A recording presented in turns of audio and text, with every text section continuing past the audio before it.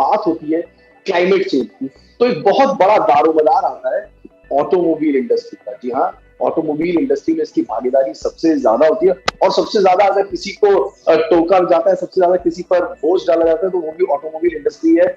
और इस लिहाज से इलेक्ट्रिफिकेशन एक ऐसा वर्ड है जहां पर इस वक्त सबसे ज्यादा तवज्जो दी जा रही है। और इस इलेक्ट्रिफिकेशन के दौर में कुछ बहुत ज्यादा बड़े चेंजेस हैं जो कि आपको इंडियन डायस्पोरा में देखने को मिलेंगे। यहाँ पे सरकार की तरफ से बहुत सारे बड़े कदम हैं जो कि उठाए गए हैं, और 2015 से अगर मैं गलत नहीं, पिछले 4-5 सालों में बहुत ज्यादा इनोवेशन और बहुत ज्यादा चीजें देखने को मिली है, जिसमें कुछ कंपनीज का बहुत बड़ा हाथ है। मैं बात कर रहा हूँ ईवी मैन्युफैक्चरर्स की, और ईवी मैन्युफैक्चरर्स में भी पर्सनल मोबिलिटी की जब हम बात करते हैं, तब 2 व्हीलर्स और 3 व्हीलर्स का एक खास और बड़ा रोल है। कह सकते हैं कि लो हैंगिंग फ्रूट है, लेकिन अगर हम एक ऐसे फ्यूचर की बात करें जो कि क्लीन हो, ग्रीन हो, कनेक्टेड हो, शेयर्ड हो, तो उसमें ईवी मैन्युफैक्चरर्स इस वक्त सबसे आगे हैं। और हमारे इस खास पैनल डिस्कशन में ऐसे ही बहुत खास मेहमान जुड़े हैं जिनके ऊपर इस इकोनॉमी को उठाने का, इस ईवी मोबिलिटी को आगे ले जाने का सबसे ज्यादा बड़ा जिम्मा है, सबसे बड़ा दारोमदार है। हमारे साथ पहले ताल्लुक करा देते हैं आपको हमारे इन 3 मेहमानों के साथ।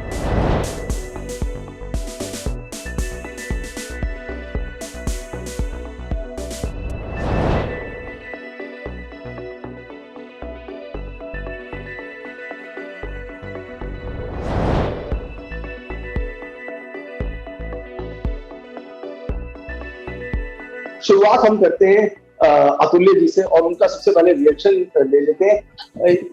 How important it is for EV manufacturers and people like you, the industry leaders, when you're talking about the cusp of mobility, when you're talking about climate change, the role that they play, and what is your take on the climate change? Okay, great. Thank you. So climate change is one of the biggest problems facing our world right now, and it's recognized. तो सारी दुनिया में इसकी recognition है, US से लेके UK तक। कोई देशों ने काफ़ी incentives आगे बढ़ाए हैं ताकि पूरा ऑटो सेक्टर IC इंजन से EV में ट्रांजिशन हो जाए। और ये एक ऐसा प्रॉब्लम है जो हर एक इंडस्ट्री टैकल कर रहा है, चाहे वो ऑटोमोबाइल हो या स्टील हो या सीमेंट हो। Every industry is tackling this in their own way.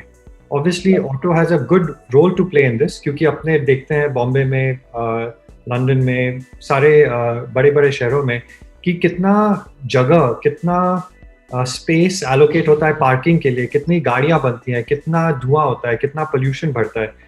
So auto has a very key role to play in cleaning up the environment going forward. In this particular space, personal mobility is very important.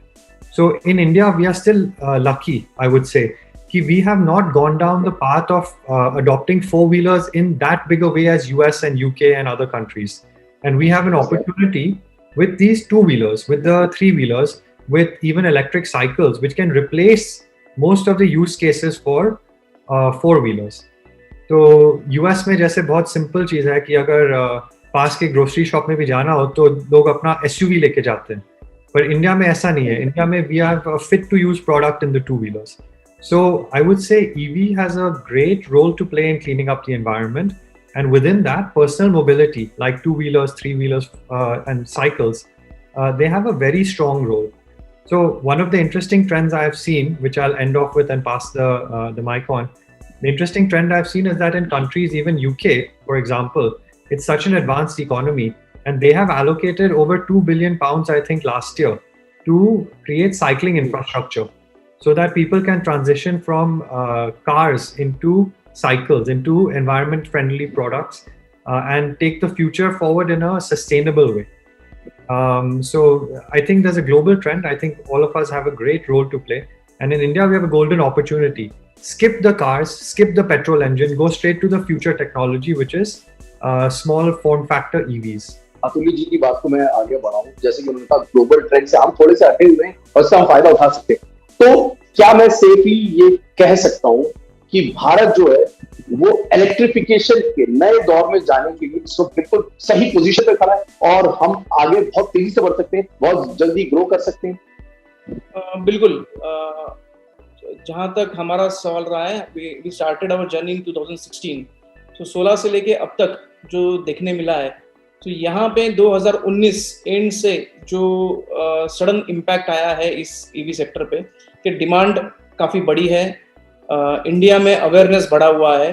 Again जो government, central government की कुछ schemes, state government की schemes जो fame schemes बताए, या अगर आप गुजरात में गए तो गेड़ा सब्सिडी के है, महाराष्ट्र में मेड़ा सब्सिडी के है, ये सब्सिडीज की वजह से और अवेयरनेस की वजह से एक सडन रिक्वायरमेंट जनरेट हुई है इस ईवी सेक्टर में, खासकर टू व्हीलर।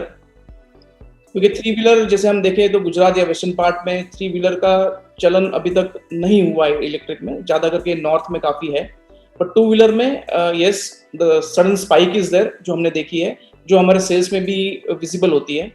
अगेन हम इन्वेस्टर पोर्टफोलियो से देखें, अगर हम 2019 में हमने BSE पे लिस्टिंग किया, 2019 से लेके अब तक अगर हम देखें तो शेयर वैल्यू जिस हिसाब से बढ़ी है, इट क्लियरली शोज कि the interest which a common man और कॉमन इन्वेस्टर और कॉमन अगर हम मिडिल फैमिली कहे, उनका इस सेक्टर के ऊपर विश्वास भी बढ़ा है, और विश्वास के साथ एक अवेयरनेस भी बढ़ा हुआ है, एंड विच क्लियरली शोज कि yes next 5 years is of electric vehicle industry. It's just an EV industry. Absolutely. Jitendra ji, Okinawa का नाम जब मैंने सुनना शुरू किया था, आज से 3-4 साल पहले की बात करूं, तो मैंने काफी सारे स्कूटर्स के खुद टेस्ट भी किए, प्रभावित भी रहा था, कुछ समस्याएं थी जिनको धीरे धीरे ठीक किया गया। और एक चीज जिसमें मैं आपकी तारीफ करूंगा वो है लोकलाइजेशन। लोकलाइजेशन तो आपने काफी बढ़ाया और बाकी मैन्युफैक्चरर्स को भी इस बारे में सचेत किया है।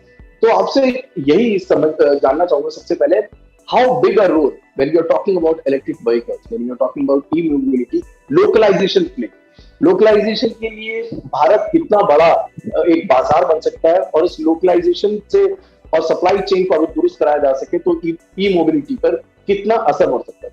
अगर आप ओकिनावा की बात करें तो आज की डेट में हमारा जो लोकलाइजेशन है वो मोर देन 92% है। Yes. और जो रिमेनिंग 8% है वो भी इस साल के एंड तक आते आते it will be become 100% localize make in India product 100%। Other than sales, of course sales India में नहीं बनते, लिथियम आयन बैटरी जो हम यूज करते हैं उसको, that is a raw material of A component battery, उसके अलावा it will B 100% localize make in India. अगर हम बात करें ओवरऑल मार्केट की लोकलाइजेशन के लिए, SCM सप्लाई चेन की बात करें, अगर आप देखें कि ओवरऑल इंडस्ट्री अगर हम बात करें, India is one of the biggest market for two wheeler, specially 80% of the automobile industry is taken care by the two wheeler. Last year अगर आप देखेंगे 21 मिलियन व्हीकल्स इंडिया में बिके टू व्हीलर्स के, जो कि ऑफकोर्स पेट्रोल के थे, लेकिन साथ साथ अगर आप देखें कि अब इसका इलेक्ट्रिफिकेशन ऑलरेडी स्टार्ट हो गया, disruption is already happened, is already started. लोगों का जो मूव है वो IC इंजन से इलेक्ट्रिक व्हीकल्स की तरफ चेंज हो रहा है, गवर्नमेंट का भी फोकस है, अवेयरनेस अब बढ़ चुकी है। तो उसके लिए सबसे इंपॉर्टेंट क्या है, प्रोडक्ट की क्वालिटी, उसकी कॉस्ट और after sale service. That is the 3 principle on which Okinawa believes, that is QCD, good quality as reasonable cost with after sale service. तो उसके लिए अगर आप देखें इंडिया में, अगर हम IC इंजन का देखते हैं तो एक बहुत बड़ा हब है, जो चाहे सप्लाई चेन की बात करें और लोकलाइजेशन पार्ट की बात करें, तो ऑलरेडी इंडिया में IC इंजन के ऑलमोस्ट 99% पार्ट्स इंडिया में बनते हैं। तो सेम चीज इलेक्ट्रिक व्हीकल्स के लिए भी बहुत ही पॉसिबल है, क्योंकि अगर आप देखिए इलेक्ट्रिक व्हीकल और पेट्रोल व्हीकल में चेंज क्या है, उसका पावर ट्रेन का, इंजन को रिप्लेस कर दिया गया मोटर से, कंट्रोलर से, बैटरी से। तो अभी जो आज की डेट में जो हमारे सप्लायर्स भी है वो वही सप्लायर है जो IC इंजन के लिए पार्ट्स बनाते हैं। तो ऐसा नहीं है, इंडिया अपने आप में सक्षम है कि वो एक बहुत ही अच्छी सप्लाई चेन इंडिया में EV व्हीकल्स के लिए दे सकता है।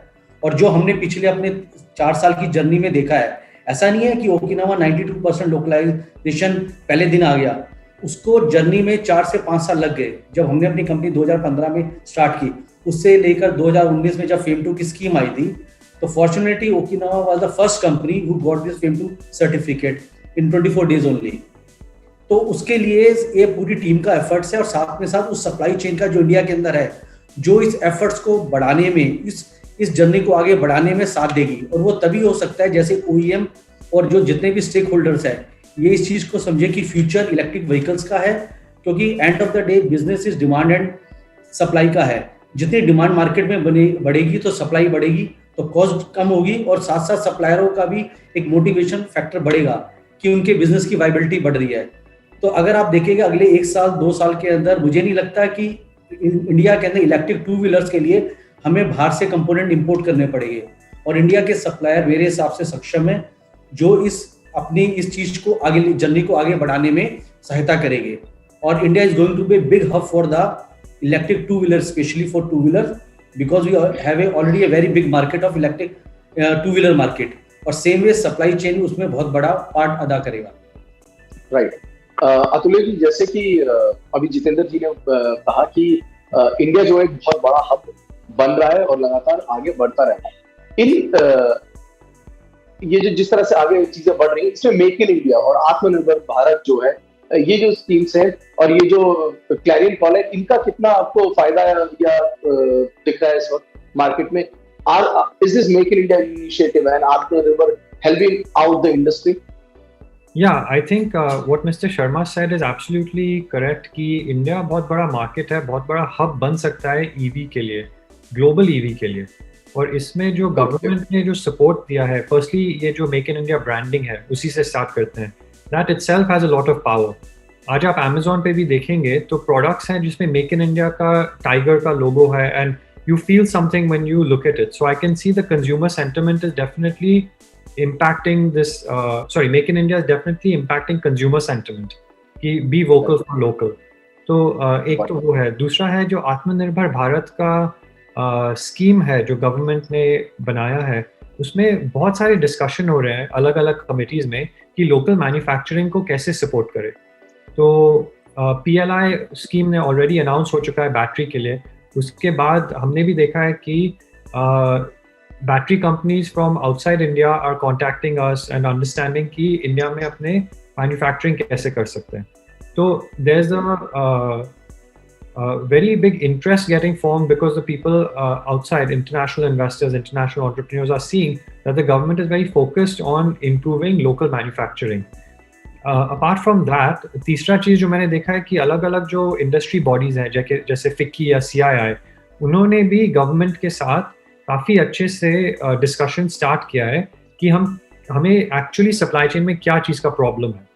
तो government is very proactive in understanding कि OEMs को सप्लाई चेन में किस चीज़ की प्रॉब्लम है और उसको कैसे सॉल्व करें, उसके लिए क्या फाइनेंशियल इंसेंटिव चाहिए, उसके लिए क्या टेक्नोलॉजिकल असिस्टेंस चाहिए। तो I am very excited about this opportunity, what Mr. Sharma has rightly pointed out, that India can become a global hub and we don't have to import anything.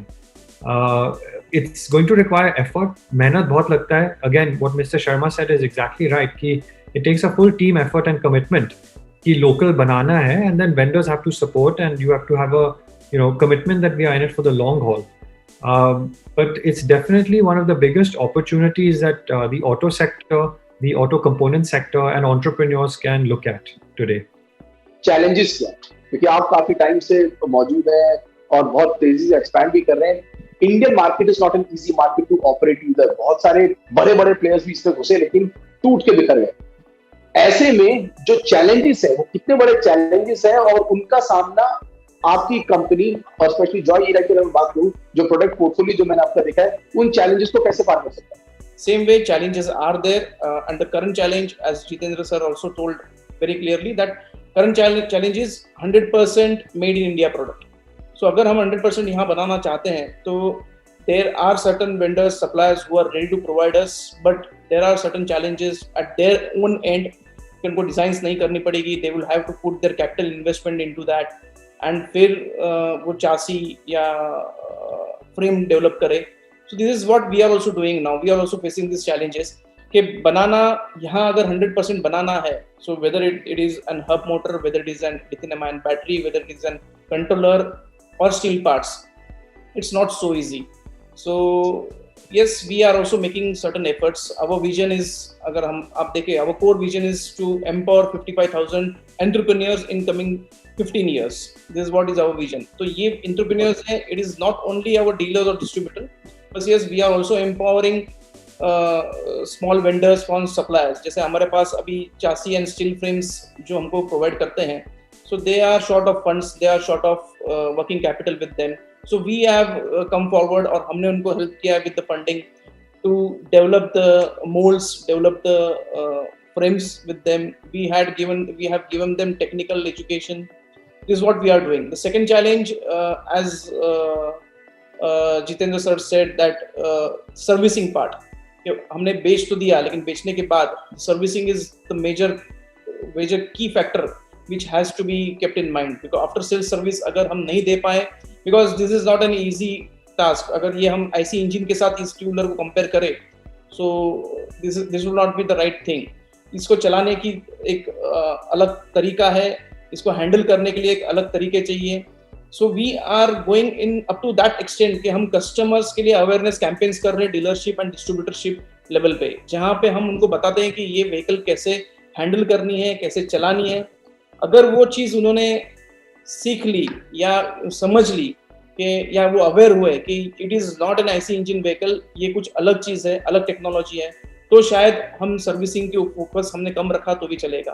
But currently yes, servicing after sale service is a huge task, huge challenge which is there in front of us. Jitendra ji, Yatin ji की बात से एक बात clear है कि आसान नहीं है, चैलेंजेस काफी हैं. आप बेहद पॉजिटिव हैं, तो ये बता दीजिए ये चैलेंजेस में सरकार की कितनी बड़ी भूमिका है और किस तरीके का सपोर्ट है जो सरकार की तरफ से आने पर ईवी मैन्युफैक्चरिंग को और बढ़ावा मिल सकता है. अगर आप चैलेंजेस की ईवी के लिए बात करें, सबसे बड़ी चैलेंज है अवेयरनेस, कि आज की डेट में प्रोडक्ट के बारे में अवेयर होना, अच्छी कंपनी के बारे में अवेयरनेस होना, इलेक्ट्रिक व्हीकल किस जगह के लिए राइट सेगमेंट है उसकी अवेयरनेस होना, और उसके क्या फायदे हैं क्या नुकसान है उसकी अवेयरनेस. तो अगर देखिए गवर्नमेंट की तरफ से ऑलरेडी गवर्नमेंट ने, देखिए इसके अंदर सिर्फ गवर्नमेंट नहीं कुछ कर सकती, as a stakeholder it's a responsibility of OEM, it's a responsibility of a government, it's a responsibility of media and all the people, all the stakeholders. अगर वो सब मिलके एक साथ आगे आएंगे तो मुझे लगता है ये जो चैलेंजेस है ये अपॉर्चुनिटी में बदल जाएगी. जैसे अगर हम अपॉर्चुनिटी की बात करें तो अगर EV और IC के अंदर क्या डिफरेंस है, उसकी रनिंग कॉस्ट कम है.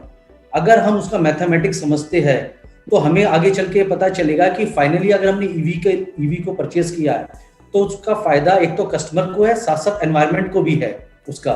तो इसीलिए अगर गवर्नमेंट की बात करें, गवर्नमेंट ने अभी जैसे सेंट्रल गवर्नमेंट ने एक अभी अवेयरनेस कैंपेन अभी शुरू किया था, ग्रीन उसका सेंट्रल गवर्नमेंट ने फरवरी में स्टार्ट किया. इवन स्टेट गवर्नमेंट ने, दिल्ली गवर्नमेंट ने उसकी नई स्कीम्स लेके आई. तो it's a sort of awareness campaign which government are running from there part. But as a stakeholder हमें, आपको और आम लोगों को मिलकर इस अवेयरनेस कैंप के अंदर जुड़ना पड़ेगा, ताकि इलेक्ट्रिक व्हीकल की जो हमने जंग चलाई है या गवर्नमेंट ने चलाई है उसको आगे बढ़ाने के लिए हम उसके अंदर कैसे पार्टिसिपेट कर सकते हैं, ताकि इसका जो इलेक्ट्रिफिकेशन है इंडस्ट्री का वो हो. और ये आप देखिएगा ये बहुत जल्दी होगा. जैसे कोई भी चीज जब नई टेक्नोलॉजी आती है तो ऑफकोर्स शुरू में वो चैलेंजेस सबको फेस करना पड़ता है, लेकिन जब वो उस टेक्नोलॉजी के बारे में जब लोगों को पता चल जाता है तो रातों रात वो चेंज हो जाता है. अगर आप एग्जाम्पल लेते हैं फोन का, जब शुरू में स्मार्टफोन आने से पहले जब नॉर्मल फोन चला करते थे, जब स्मार्टफोन की टेक्नोलॉजी आई इंडिया के अंदर तो लोगों को लगता था यार ये स्मार्टफोन कैसे चलेगा, लेकिन वो मार्केट रातों रात चेंज हो गई. और आज की डेट में आई थिंक 99.9% लोग स्मार्टफोन यूज करते हैं, चाहे वो मेट्रोज में हो, बी टाउन सिटी में हो, सी टाउन में हो. तो इसी तरह इलेक्ट्रिक व्हीकल्स का भी आप देखेंगे, जो ये चैलेंजेस है वो अपॉर्चुनिटी में कब चेंज होगी पता भी नहीं चलेगा. उसका ट्रांजिट इतना फास्ट होगा कि एवरीबॉडी विल बी शॉक्ड, अरे ये कैसे हो गया. तो इसीलिए ये हमें एज ए स्टेक होल्डर सबको मिलकर करना पड़ेगा. और गवर्नमेंट अपनी तरफ से ऑलरेडी एफर्ट्स कर रही है, चाहे वो मार्केटिंग कैंपेन अवेयरनेस हो, चाहे वो इंसेंटिव के बेसिस के अंदर दे रहे हैं, चाहे वो इंडस्ट्री को आगे बढ़ाने के लिए PLI स्कीम्स के अंदर दे रहे हैं.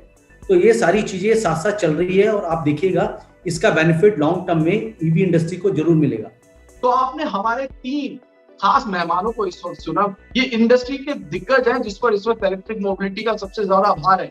और एक बात उन्होंने साफ कर दी है कि इस वक्त भारत जो है वो एक बहुत बड़े बदलाव के मुहाने पर खड़ा हुआ है, और इलेक्ट्रिक मोबिलिटी का जो सपना है वो हर हाल में पूरा होकर भी रहेगा, क्योंकि सरकार जो है इस वक्त उस पर पुरजोर जोर दे रही है और कोशिश कर रही है इनिशिएटिव्स के जरिए, सब्सिडीज के जरिए कि हर तरीके से इंडस्ट्री को आगे बढ़ाया जा सके. आने वाले जो 5 साल हैं वो इलेक्ट्रिक मोबिलिटी के रहेंगे, और वहां पर 2 व्हीलर्स और 3 व्हीलर्स की जो हिस्सेदारी है वो सबसे ज्यादा रहने वाली है जब हम बात करते हैं पर्सनल मोबिलिटी की. यानी कि देश तैयार है, अब बस हमें और आपको तैयार होने की जरूरत है. अवेयरनेस काफी है, लेकिन अभी शायद बेहतर और प्रोडक्ट आ सकते हैं बाजार में, जिससे शायद लोगों का भी उस तरफ रुझान ज्यादा जाए। लेकिन हम आपसे जरूर गुजारिश करेंगे, क्लाइमेट चेंज, पर्यावरण को बचाने के लिए भी ये बेहद जरूरी है कि हम आईसी इंजन से शिफ्ट होकर इलेक्ट्रिक की तरफ जाएं। हमें और आपको भी कवायद करनी है, और इंडस्ट्री की आप सुन चुके हैं, वो अपनी तरफ से कोशिश कर रहे हैं, हमें भी इसमें थोड़ा हाथ बटाना है। हमें भी एक बार सोचना जरूर है, पहला ना सही कम से कम हमारा दूसरा प्रोडक्ट इलेक्ट्रिक हो सके, क्योंकि हमारी और आपकी भी एक जिम्मेदारी है। एक बार फिर मुलाकात होगी इन्हीं मेहमानों के साथ, और उस पार्ट 2 में, उस वीडियो में हम समझने की कोशिश करेंगे कि ये जो कंपनियां हैं टू व्हीलर और थ्री व्हीलर के क्षेत्र में जो आगे काम कर रही है, इनके अपने खुद के क्या प्लान है और भारत सरकार इस पर कितनी ज्यादा मदद कर रही है। नमस्कार।